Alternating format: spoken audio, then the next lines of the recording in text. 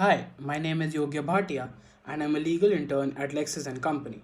Today I'll be talking about safeguards against arbitrary arrest and detention.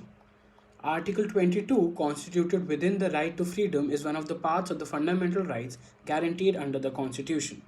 This article is covered into two major parts: protection and rights granted in case of arbitrary arrest, also known as punitive detention, and safeguards against preventive detention. The main difference is that whether a person is charged with a crime or not. In case of detention, the person is not accused of any crime but is restricted on a reasonable suspicion, while in case of arrest, the person is charged for crime. This article has always been a topic for debate as it is a contradiction to the freedom guaranteed by Article 21, dealing with the right to life and liberty. The article was originally brought in to safeguard society against undermining of sanctity of the Constitution, but it rather curtailed the freedom of the masses. The subject matter of this article has always remained very arbitrary and open to interpretation, which makes it difficult for the article to attain absolute stability within the constitutional framework. It has frequently been attacked in the history of India with pointers towards the worst excess of emergency. Rights of arrested person under ordinary laws. In the case of Dr. Basu vs. State of West Bengal, it is one of the landmark authorities which enumerates guidelines and requirements for arrests and detention provided by the Supreme Court. The first one is right to be informed of the grounds of arrest.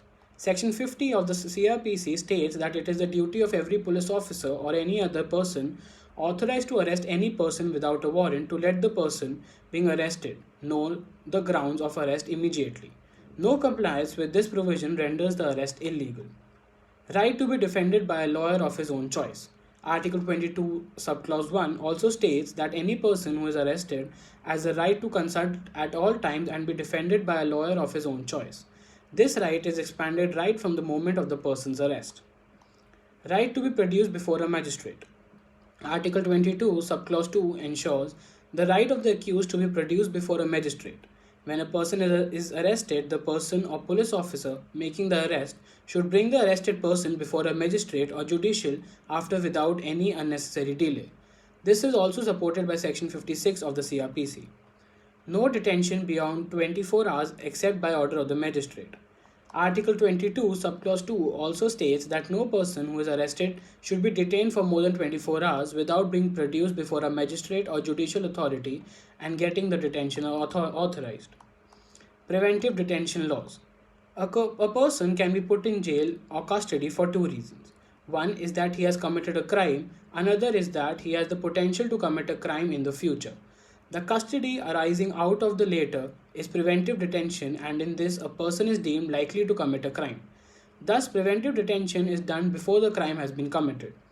Preventive detention has also known as necessary evil of the Constitution as it can be steered in various directions and can be put to use in various scenarios, not all being just and reasonable.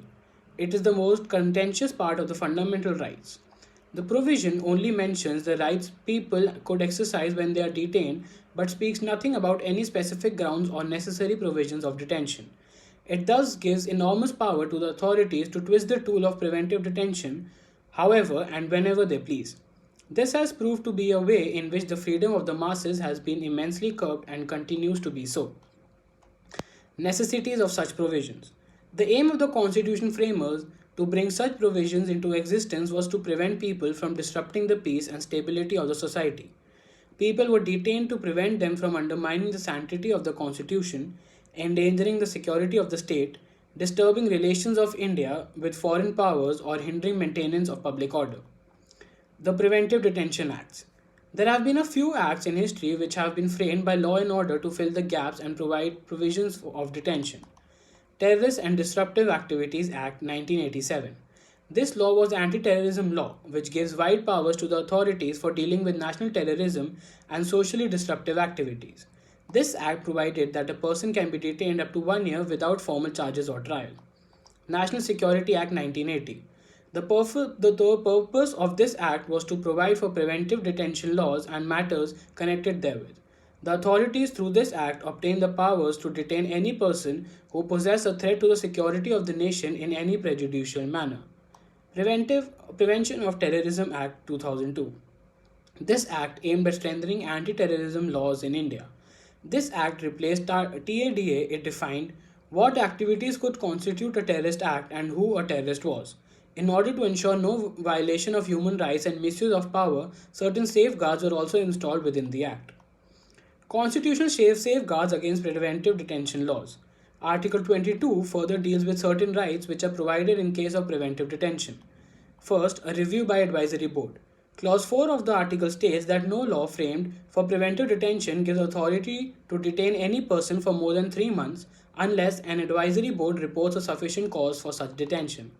Communication of grounds of detention to detenue. Clause 5 of the article states that any authority, while detaining any person under law providing for preventive detention, shall communicate the ground of detention to the person as soon as possible. Third, detaineu's right of representation. Clause 5 of the article also states that the grounds of detention should be communicated as soon as possible in order to enable the right of representation to the person. Thank you.